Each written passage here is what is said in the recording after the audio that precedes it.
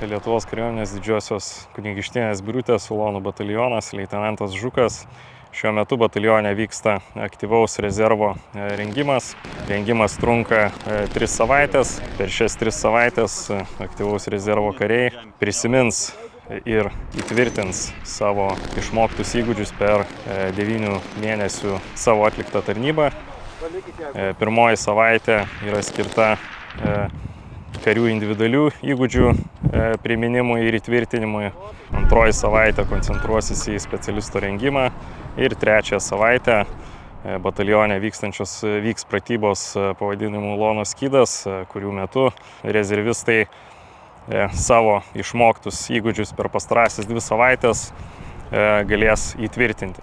Taip, tai kalbant apie rezervų karių mokymus, tai šį kartą buvo šiek tiek išskirtinis modelis rengimo, kadangi buvo orientuotas ne tik į jų privalomas įsivykdyti užduotis, tačiau buvo iškeltas tikslas perkvalifikuoti ir suteikti naujas specialybės aktyviojo rezervo kariams.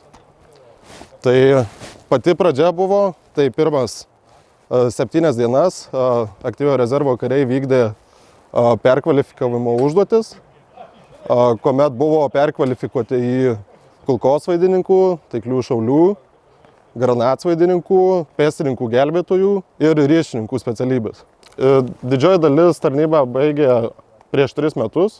Daug karių yra iš to paties šaukimo, kurie tarnavo Birutės ulonų batalione. Motyvacija labai gera. Buvome labiau skeptiškai nusiteikę, bet ką turim dabar, tai labai džiaugiamės, nes netgi rengimo pabaigą jų motyvacija išlikus aukšta, nori vykdyti užduotis, nerodo kažkokių nuovargių požymių, viskas labai gerai. Taip, esu jaunesnysis eilinis Dainius. Atlikinėjau rezervą Alytuj, 2 savaitės atlikau praktiką, išmokau granatsvaidžio kursus, tapau padėjėju, tada tapau šaulio gelbėtoju, o iš šaulio gelbėtojo patekau į 1 kuopą, kur galiausiai keliavom į Pabradę į pratybas. Pirmiausia, ką pastebėjau, kad daug naujų dalykų. Anksčiau, kai buvo, tai padėvėtų ir dalykų daugiau būdavo, drabužių ir panašiai, dabar viskas nauja. Net maisto aprūpinimas pagerėjo. Anksčiau maistas tikrai nebuvo toks skanus kaip dabar. Per 3 savaitės, 1 savaitė buvo specialisto rengimas. Sakė, dabar pabandė pamainyti, kad jeigu šaukime buvo vienos specialybės, dabar kitos.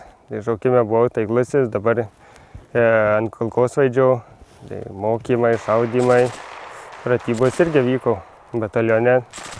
2 savaitę tai buvo tiesiog tokios kaip kuopos, kaip būrio pratybos, tai šiek tiek pajudėti, orientaciniai pratybos, kaip judama su būriu, kelionės ir 3 savaitė pratybos miške.